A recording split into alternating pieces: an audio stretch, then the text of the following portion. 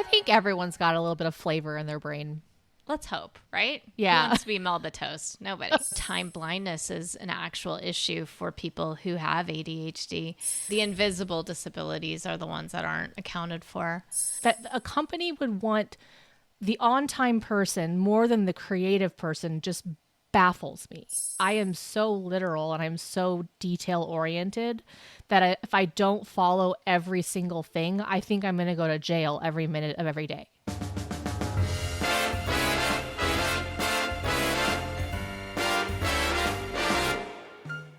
Hello, Megan.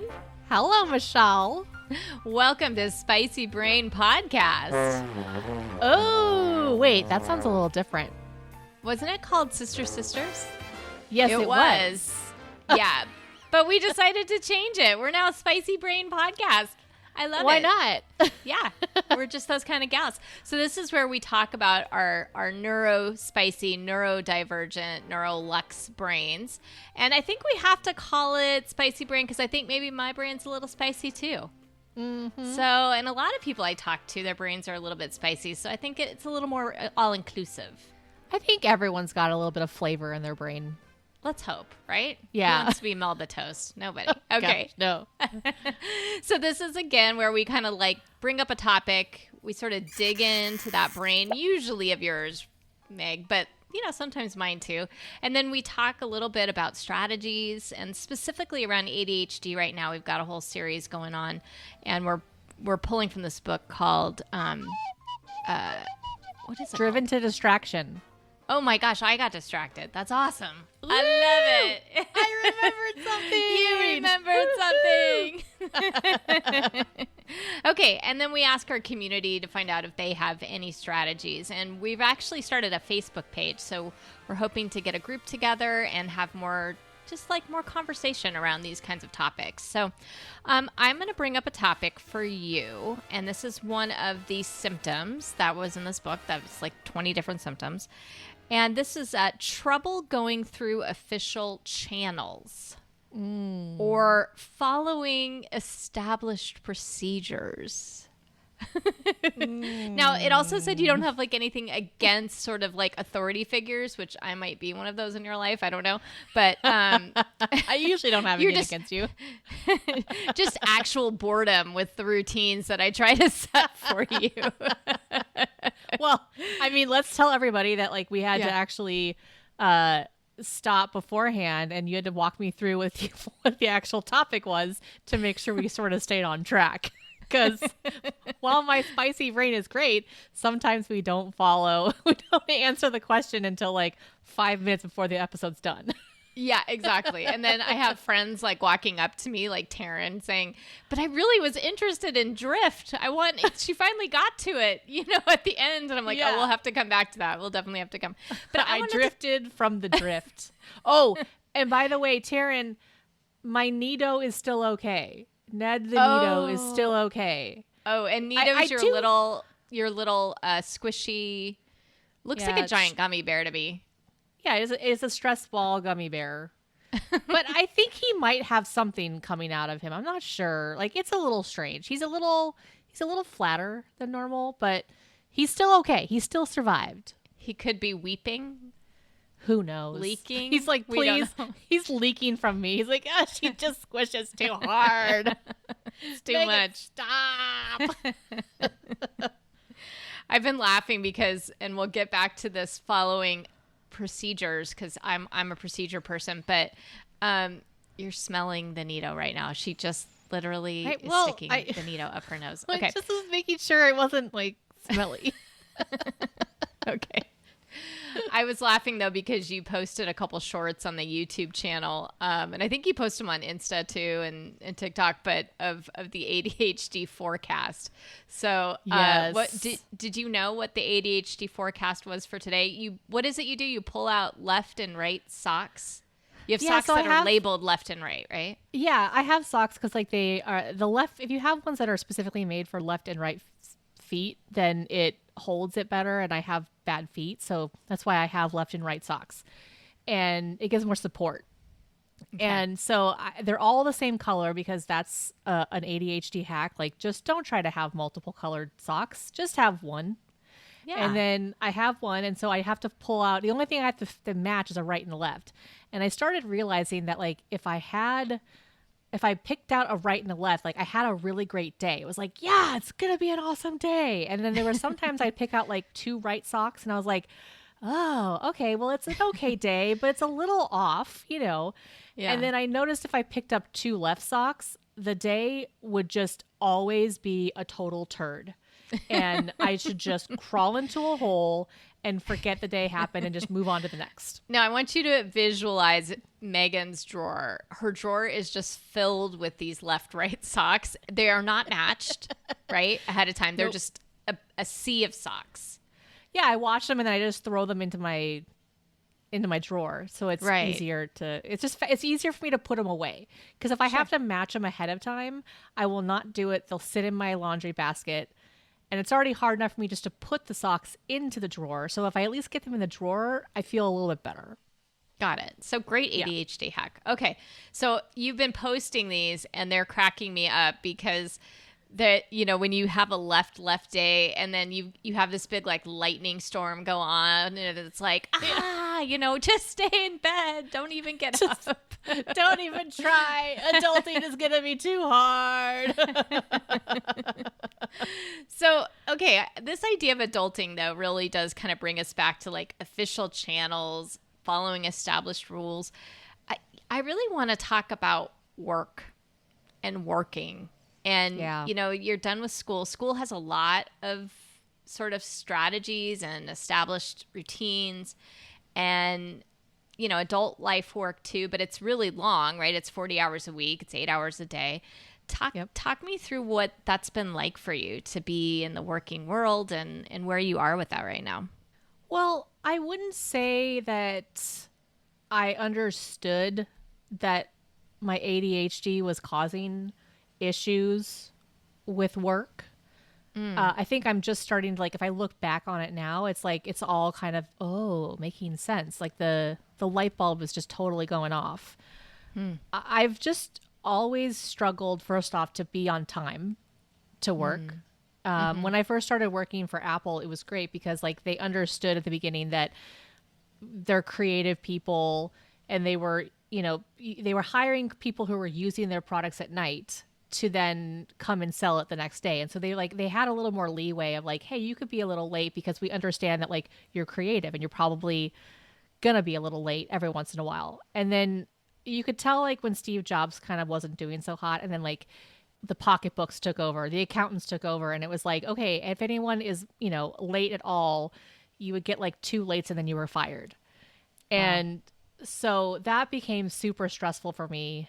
Like I was so good at Apple until that policy came in, and it's the most stressful thing and to get somewhere on time. And if I have to be somewhere by a specific time and clock in, I still have nightmares about it to this day. Like I will have nightmares about clocking into Apple, clocking in and making sure I'm on time. Like that is a reoccurring nightmare I still have. I had one like 2 weeks ago. So wow. So can I like dig into that just a little bit, because we've talked now for several, many months, right? What is what's happening that it makes it so hard to be on time? And I think I now have some ideas, but I'd like to stay curious with it and just have you describe what causes you to be late, or what might cause you to be late.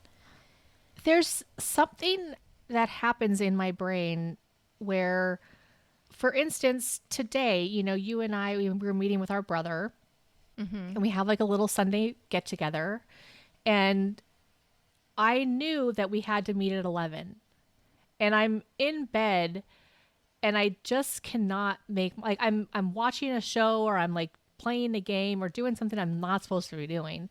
And it's 10:45 and it's like, Megan, you have to get up. But it started off at like, it was 10 o'clock. And I'm like, okay, well, I've got an hour, so I have time. And then it turns into 10:15. I don't really look until 10:30. And I'm like, oh, it's been a while. What time is it? Oh, it's 10:30. Okay, well, I'm still okay. I have a little bit more time.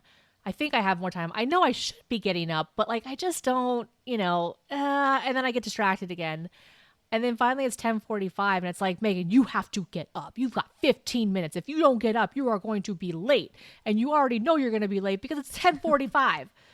So at that point, I get dressed and then I go to like make a bagel.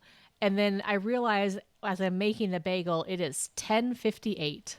And I tell Brian, I made a bagel for him too. And I was like, hey, is it okay if I give you your bagel and your cream cheese? Because I can't put it on for you. I'm barely lucky to get myself done. And he's like, how about I put the cream cheese on for you? I'll bring it to you so that you can go and do your thing, which is very nice of him. So then nice. But I did actually log in. But that's at just 12, getting from the 11. kitchen to the office to in the your office. home. Yes. In your home. Yeah. In my home. I had to turn on the link, and then for us to all get on.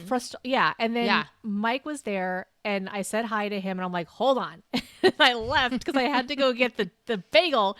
I talked to Brian, so I was a few minutes late. And that's just like in my house. That's not even like, let's not even talk about getting in the car, making sure you have, like, how many times do I leave my house, lock the door, and then go to my car and have to go back into the house, unlock the door.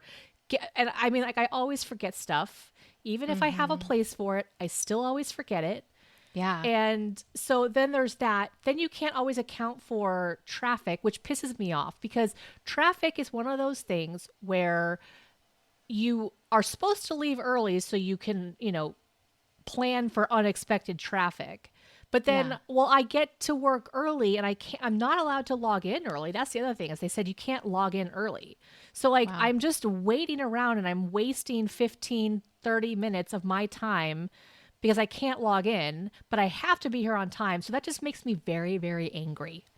Very angry. If you want me to be somewhere and you want me to be on time as an ADHD person, let me log in early. Because otherwise I'm going to be late every time. It's either early or late. There's no in between. There really isn't. There's no in between. Interesting.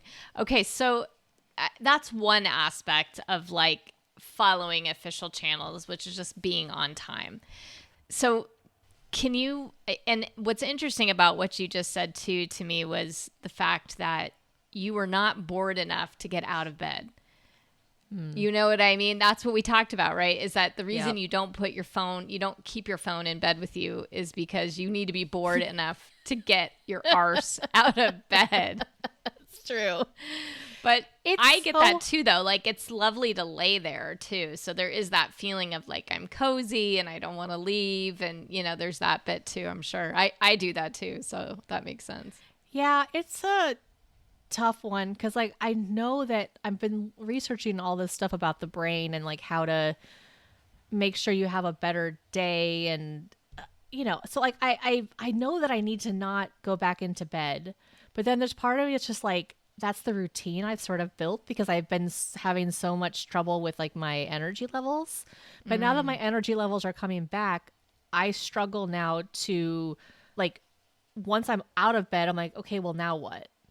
And I stand there and I'm like, I know I probably like if I think about it now as I'm sitting here talking to you, it's like, well, Megan, obviously you need to get dressed and you need to get your day started. But then like, there's just this thing where like, I struggle because I don't have someone telling me what to do. Yeah. That butler comes back to haunt you, not having one. But then when someone's telling me what to do, it has to be specific because if it's too like if it holds on too tightly, then it's harder for me. It's just a catch-22. My brain really sucks sometimes. It doesn't suck, but I mean, it does. I mean, it sucks for you. I understand that. Yeah, I get it. So like, can we like take a step into this holding you too tight? That sounds like those official channels, those established procedures. What does that feel like to you? I mean, so you've had various jobs that require you to be really very specific about your time and how you're using it. So what does that end up feeling like for you? Or do you have an example of one you can think of? Well, okay. So when I was working for Pima Health, I was doing all the vaccination stuff. I had to clock in, and it was, it was like that. And so that was, it was so stressful. Like, I actually think I have a little bit of PTSD because I had to like end up taking more medication because it was just so hard to know that like my time was being wasted. Like they clearly want me to be on time, right? They want to like be able to track my time, which is fine. But like giving people a grace period, I feel like should be embedded into all of this, that like we are all humans, we are not robots, and if you wanted a robot you would have gotten one, but clearly your job needs you to be a human, so like allow for things to happen, right? So on average I'm gonna be on time. I'm gonna be there between like 7:55 and 8:05, probably like a 10-minute grace period, and then every once in a while there's traffic that you cannot Control. Yeah. exactly, You don't have any control over it. Yep. and like it should be okay that happens. Now, if you're finding that there's a pattern and like it seems like every Friday there's bad traffic, I mean, that's one thing, right? Sure. But like we're trying to make everybody fit in the same mold. And so that for me is super stressful because it makes me really angry that my time is now being wasted because you're saying that your time is valuable and my time working for you is valuable, but you don't actually value the time that I spend waiting to be able to clock in. And so I get into that frustration. Then on the other side of it, I'm okay with, when I was working at the boneyard, they had you just filled out your time card at the end of the week or the end of the 2-week period. So you just would fill in your hours. You still had to work 8 hours, but you just fill it in, and it wasn't like you had to clock in. However, because they play I think it's like Reveille, that song God, yes. at the beginning of so like you have to be in your seat by 7 a.m. And again, I get it. It's a military installation, but like that's hard for me. Sure. Like, and like they, the military is so big on like having people with disabilities, and there's like all this stuff, but like it's like certain type of disabilities seem like it's more acceptable. If like if you're broken in some way, that's okay, but if your brain is broken or not the same, not quite the same, and so that part, the invisible disabilities are the ones that aren't accounted for. Yeah. I hear the frustration around time. I mean, it's palpable coming through the microphone and into my ear, just how Sorry. No, I mean, it's so steeped in sort of like probably every aspect of your life, of whether it be appointments or it be, time, right? Is this thing. And we know time blindness is an actual issue for people who have ADHD. I'm curious, after you get there though, and like you start your day, is it still hard to follow the rules, so to speak? Is it hard to follow, these established procedures, established routines, doing things the way people want you to do them? Is there anything around that you can think of that is difficult for you? I think that it is difficult when the established rules are written in a way, or are put in a way that is for a certain type of learning modality. Like I keep thinking, I know we were talking about drift, but we ended up talking about those computer-based trainings, right? The CBTs. And so that those are tough. Like if that's the only way that they're testing you on stuff is through computers, and that's not necessarily a strength, the memorization part, then that's hard. I think the thing I have struggled with all jobs is like what to do with my time. And like the best job I ever had was working for Joe Beals, and he was my very first like real job in college, where I was learning how to become a computer technician. And so I would sit there and he would tell me like, okay, Megan, this is the next task you have to do. And he had the tasks already for me. Hey, you got to go to this person. You got to go do that. And it was just so easy for me because I was like, cool, I know what my time is. And he's like, hey, if I had extra time and I had ideas of like how I wanted to, let's say, update, the supply cabinet, and make it a little more efficient. Or if I thought, hey, I'd like to change this procedure, can we do that? And he would allow for that. He would say, okay, we can do it at this time, or like, hey, you've got some time right now, go ahead and do that. And it was really, really helpful for me when it comes to like having to fit into someone else's world. That like he managed me, but didn't micromanage me. He didn't care how I got it done or how long it took me to get it done. He just get it done. And he sort of treated me more as a salaried employee than a hourly worker.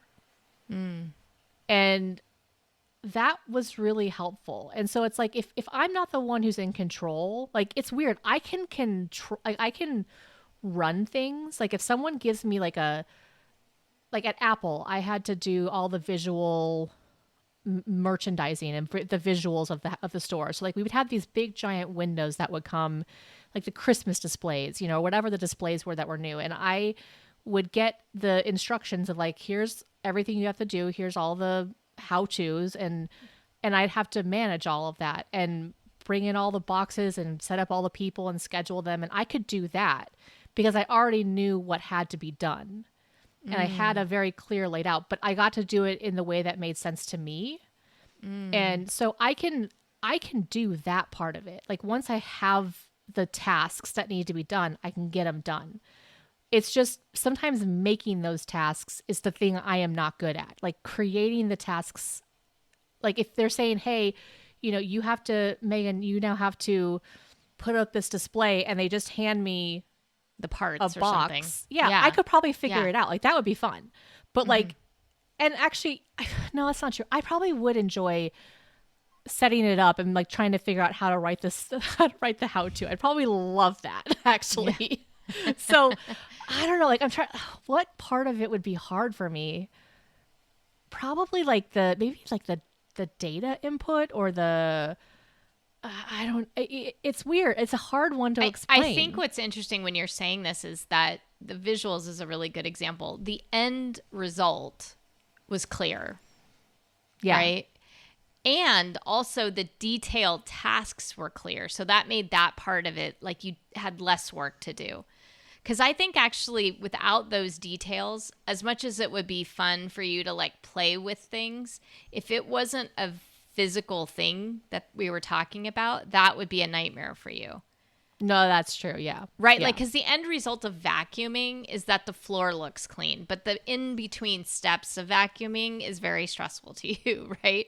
So, I mean, I think the fact Apple always kind of was, they had that idea already that they were going to be the butler for everybody, whether you're, an employee or you're a customer. Yeah. So they already kind of did that, right? They kind of made it ADHD friendly in a sense, in that sense. But it sounds to me also like you had some control over when, maybe not even when those tasks were being done, but kind of how you were going to like frame it. And you got to invite the people you wanted in. You got to create the environment where it was happening and the kind of attitude and the kind of way it was going to go. Right. And that's very much like how you are as a director as well, and so you can do these very complex things and put complex things together, but it seems like it's helpful when you have sort of the step-by-step, like here's what you're gonna do a little bit. No, that's a really good point, because when I've been at jobs where it's very clear that like we're not here to have fun, we're here to get the job done.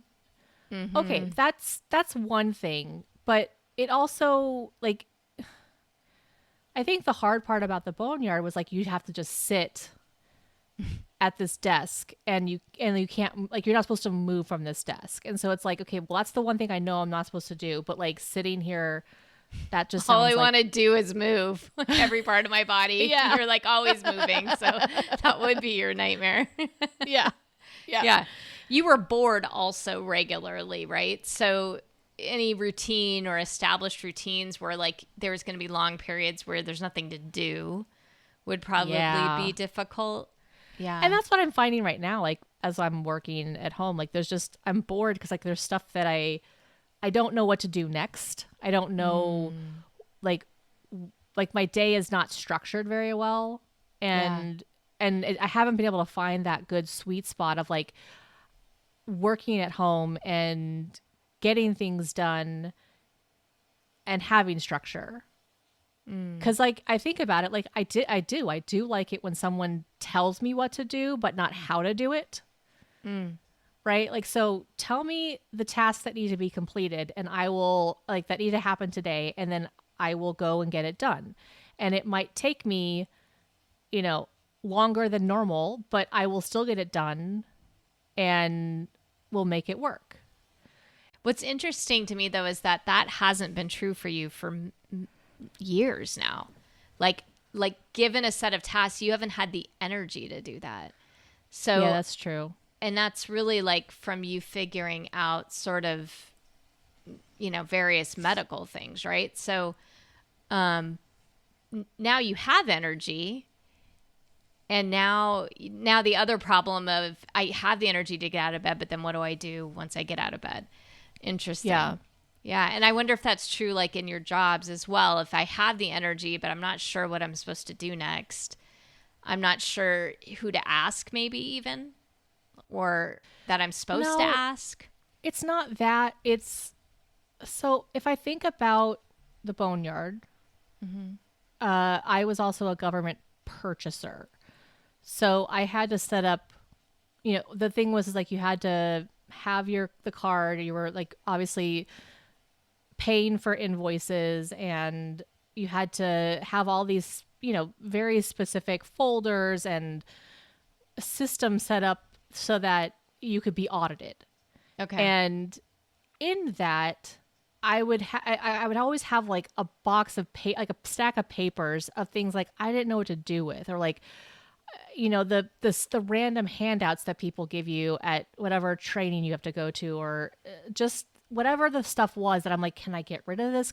Do I have to not? Like, do I have to put it in some sort of a organizational box? And for me, that was like keeping that stuff like together and you know, keeping the receipts together and like organizing all of that. I could do it, and I just didn't like doing it. When I think about it, it stresses me out because it's like, I think when it comes to like federal regulations and things that like potentially could get you in trouble legally, that the stress of that just is not something that I want to do, because I am so literal and I'm so detail oriented that if I don't follow every single thing, I think I'm going to go to jail every minute of every day. Ah, so like for you, not following official channels or procedures sometimes is because you're too exacting with them? I think that might be it. Weren't we talking about something? Like we had an episode where we were talking about me, and I was like, I don't want to go to jail, or I didn't want to. I was like, yeah, I had something else that I thought this about. Yeah. You take it to this extreme or something. Like it's, well, yeah. I think of it as an extreme. I don't know that your brain does, but this sort of I take it logical, to its illogical, conclusion. the logical, illogical conclusion, right? Where it's like, well, and then you end up in jail. So why even start it? Interesting. Because there's no there's no leeway for the fact that like, hey, I'm not trying to break the law. My brain might slip up here and there. Again, it's like the time I'm not part. trying to be late. I'm just might slip up because my brain, I drifted. And there's no leeway for that. And so it's like, well, if you're going to be that exacting, then f that. I don't want to be a part of it. Got it. I just like, it's easier just to ignore it and not deal with it than to like be so stressed out my entire life that, because I do think about, I'm sure that people read that, you know, when they've become government purchasers, they read the like, oh, you could go to jail, blah, blah, blah, blah, because it's all there. You have to read it. But then I'm just like, oh my God, I could go to jail. You're like, and your brain goes down the rabbit hole of jail, and like that's it. And you're like just picturing your life behind bars. Well, because I'm ADHD, so clearly I'm going to forget something at some point, and I'm going to go to jail then. The likelihood of jail is high. The forecast for jail is high for this ADHD one. Oh my gosh. It's 100%. Yeah. It's 100% chance I'm going to mess something up. Yeah. Wow. And that's the thing is like everybody is going to mess something up at some point. We are human. Sure. And the fact that we as a society do not on the regular, we expect perfection. You know, at Apple, the visuals, they're so when it comes to like I can exacting, see your brains trying to work to decide how you're gonna say this. I think you backed yourself up into something, but we'll see where she goes, folks. We could be getting a message from Apple. I know they're gonna be like, please stop talking. Please stop. No, but in the ideal, and this could have changed. I don't know, but like when I was like the ideal of it was that your visual representation was always at 100%. You know, you were always, and I think this idea is like kind of very Japanese on some level where, you know, you're constantly trying to beautify something and you know that entropy and gravity is going to change it. So you can't ever, it can never be perfect, but you strive for perfection. And that part to me, I understood that, but also it's challenge. Like, so that one was okay. Cause at least I could kind of decide like, what did I think 100% was? There wasn't somebody coming around being like, your 100% is not good. Right. If somebody, and there was no jail associated with getting that visual wrong for Christmas. That's true. Like you weren't, you know, you may let down your manager. You weren't going to jail. I got to say though, really quick, I think you've had very exacting jobs. I have. Yeah. Yeah. Like my job's not like that. But see, you know, in education, it's like, oh, thank God you're still here. You know? It's like, well, because good job. I'm glad you didn't quit yet, because pretty much everyone else has. So I think that's pretty great. I don't mean there's nothing that's like that, but it's definitely, you know, you've been in the theater. That's a very exacting job. Yeah. You know, you've done Apple. That's a very exacting job. You've been in the military, which God knows why that would ever be a thing for you, but you have. And, you know, you weren't in the military, but you helped, right? And then even the health thing that you did, it was such a big deal because it was right during COVID. And so maybe we just need to look for some less, but I agree with you though. Time is a thing, and you know, being on time and not having, you know, I'm still expected to be on time for a class. So I think that's a universal. Yeah, but class is different. Like when you've got, you know, let's say class only happens like 3-4 times a week, maybe 5, but like it's only one time period, and you could still probably get away with being a few minutes late, and like your students aren't going to be pissed. They're gonna be like, oh, no, they're just like hoping that you're 15. Not. They're hoping I'm 15 minutes late so they can take off. That's what they're just like, just be real late if you're going to be late. If you're going to be late, be real late. Yeah. But, well, and, you know, I would like to dig into this a little bit if that's okay. Because I am fascinated now thinking about this, because there is this, you're right. Like I say to be early is to be on time is to be late, and to be late is unacceptable, which is from the theater. And so I keep thinking as I'm saying this stuff, like, well, how did I manage in the theater? And did I manage in the theater because I didn't know any better and I was young, or because it started after in the afternoon? It did. That's probably true. It's just like late, right? Yeah, you're a night owl. It's true. Like, yeah. So it's probably part of it. Like, you know, if things that happen later on. But also, like, in the theater, if you get they treat you like salary people. If you get there early, then you just start working whenever you get there. It's not like you're sitting around waiting and it's like exacting. Like, it's exacting work, but like the expectations are not, you know, of your time. The things that I struggle with ADHD wise is not exacting. Like the detail, because I am very detail oriented. I see so many things, and I'm able to like. I think that's the other challenge, is that because I'm so smart, I don't want to do just like some, you know, some lower like level job where people really enjoy doing that kind of work. And I can't do that because it's just too boring for me and my brain's not going enough. But then the problem is that when I get to that kind of a level of a job, then they expect you to be this like type A personality in every aspect of your life, which is a fallacy. And it's you're right. Like I've been a part of very exacting jobs. Yeah. I'm like, but I think I'm not doing it anymore. That's the other thing. I'm not doing theater anymore. I'm not doing Apple anymore. I'm not, like I'm not in the military anymore. Like I'm not doing these things because they didn't fit me. Yeah. So what are your strategies around that then? Like I know you're sort of still coming to that. So I don't want to say like you've got it figured out. Crying is my strategy right now. It is not. No, really? It is. I was like tearing up when we were talking earlier today. Aww. Yeah. Because I just feel like an absolute failure. Because I know that like I need to bring in money. And I know I need to help. I'd like to be able to help our family. But I also know we need it because like we're just so in debt at the moment. And so that's the part that is truly infuriating for me, is that I'd be nice if there was work that would like understand, like if I could go this, like there's this job potentially on base, right?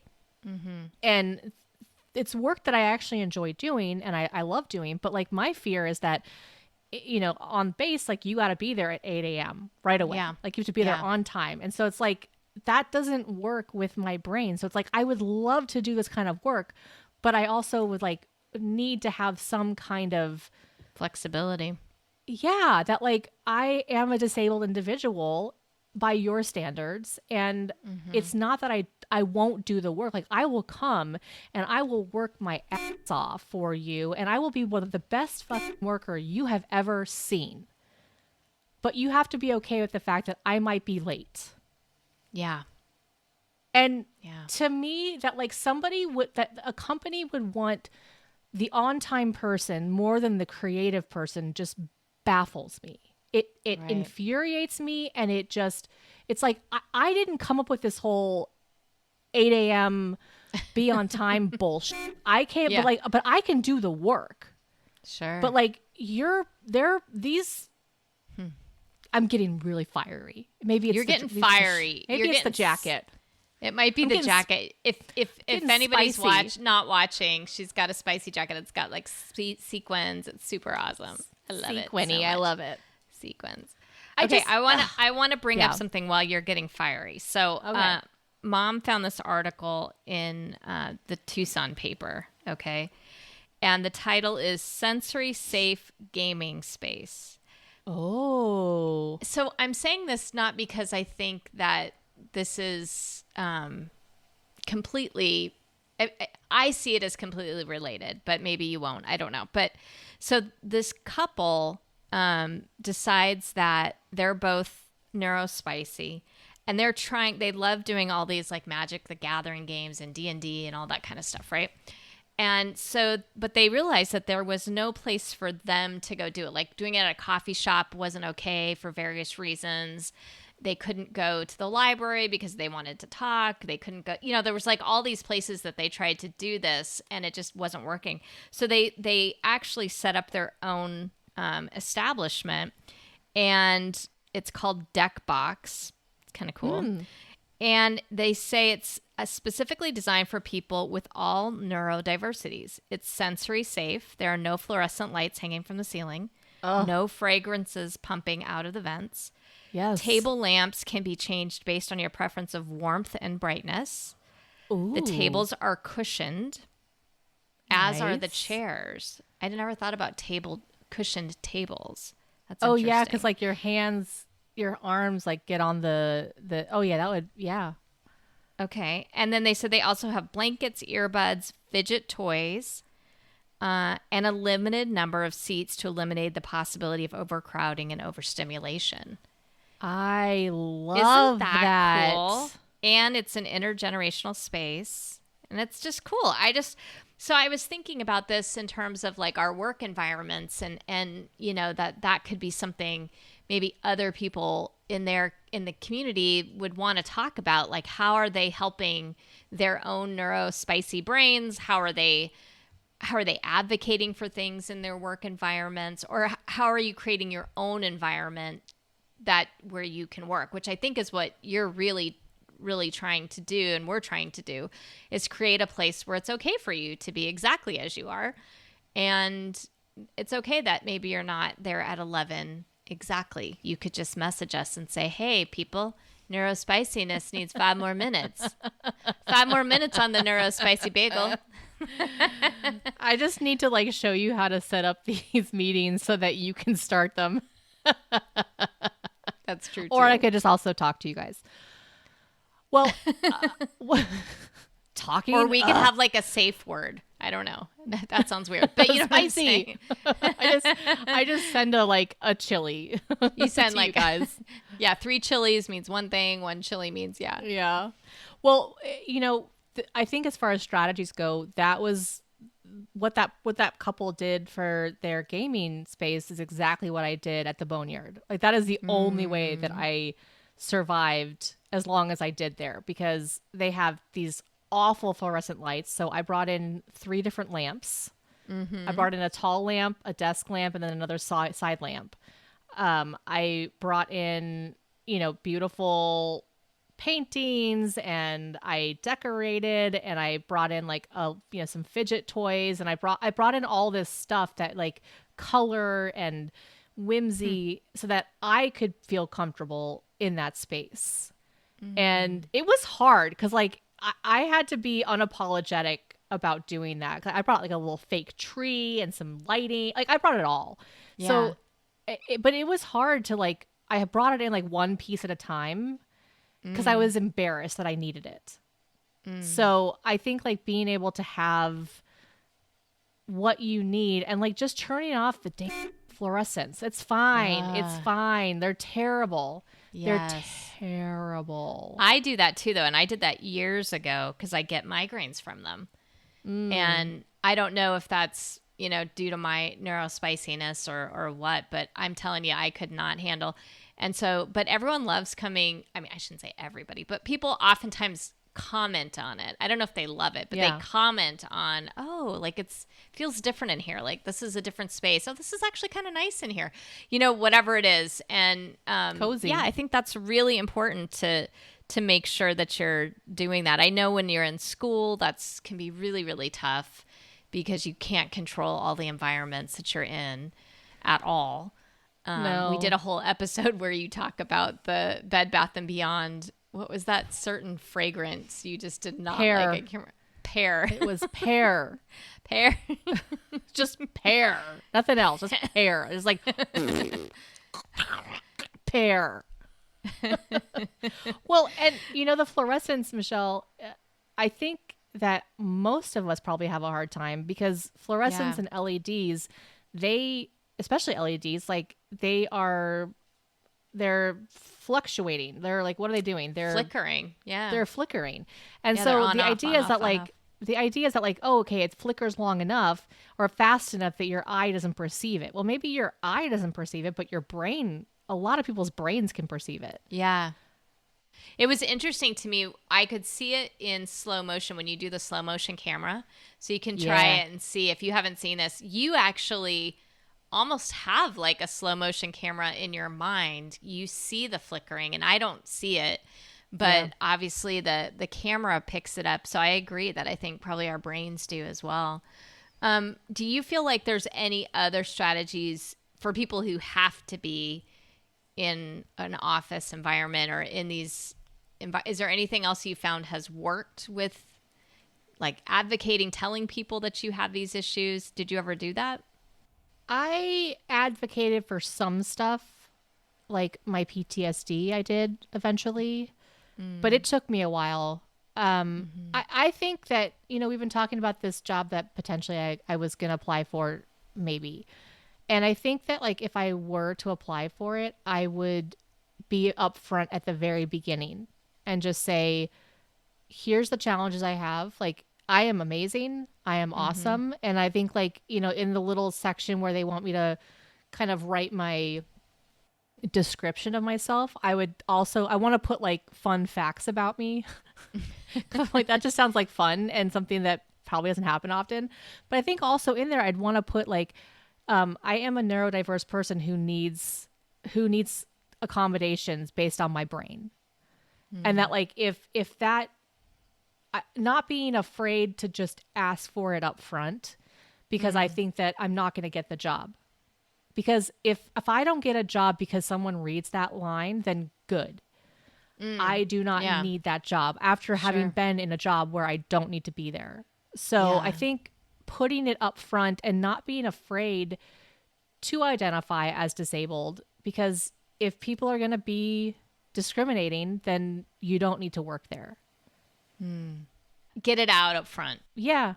I mean, I wasn't sure in the beginning, so I was like, well, I want to be able to get a job and, you know, but like now I've just realized like, it's detrimental to my health. I mean that, you know, I'm not taking care of my mental health, like I will not, it's too dangerous for me. So you spiral. I spiral quickly. And so I think, well, because you do feel things, you know, as most ADHD people do, I think from everything I've read, you feel more deeply. Yeah. Than those of us that aren't. Well, I feel like I'm going to go to jail. You're going to go to jail. And it lingers. It's not like a fleeting thought of jail. It's like you I am orange. Concerned that orange is going to be my best color, and I look terrible in orange. Oh, man. No, but like, you're right. It is not fleeting because I still have nightmares about clocking in to Apple, and I haven't worked for Apple in a decade. Yeah. Wow. Okay. Yeah. Okay. I'm curious what other people in our community do around this, what other suggestions they have, as well as maybe what other environments they've created for themselves in their own businesses. Because I think that's a really interesting, the whole concept. I just loved this couple doing this in Tucson, and I can imagine this is hopefully the wave of the future, is that this is what we're all thinking about, trying to be more inclusive and allow for your neurospiciness to exist in a way that's healthy for you, and a way that does not cause you to have nightmares and imagine yourself in an orange jumpsuit. So that would be my goal in life. Would be amazing. Wouldn't that be so great? Well, and I'm going to put a link in the show notes to our Facebook group. So if you're listening to this on whatever device you're listening, just go click on the actual episode itself. I think it'll show you the show notes, or you can find a way into the description, and there'll be a link that you can tap on that says to go to the Facebook group, and then you can start talking that way. Is the Facebook group Spicy Brain? Yes, it's Spicy Brain. Is it Spicy Brain or Spicy Brain Studio? I don't think we decided that one. It's Spicy Brain Studio, but yeah. So you're going to go to the Spicy Brain Studio, and that's where we can all talk.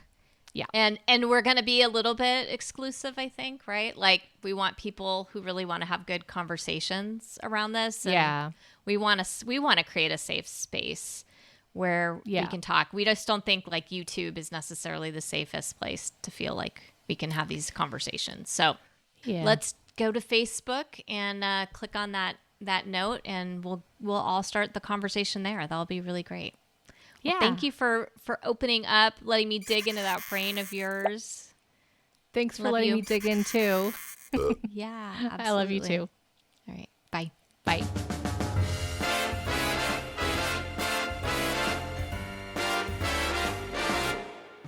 Thanks for joining us on another episode of Spicy Brain. This series has us focusing more specifically on ADHD and all of its symptoms, and we're doing a deep dive into a list that we got from the book Driven to Distraction.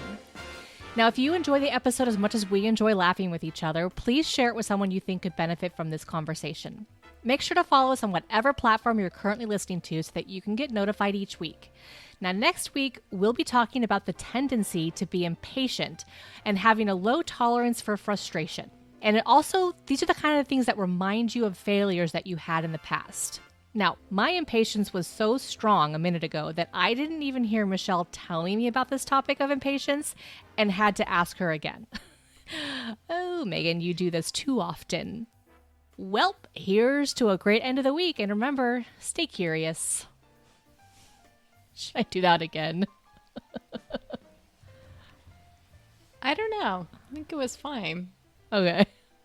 I'll figure it out.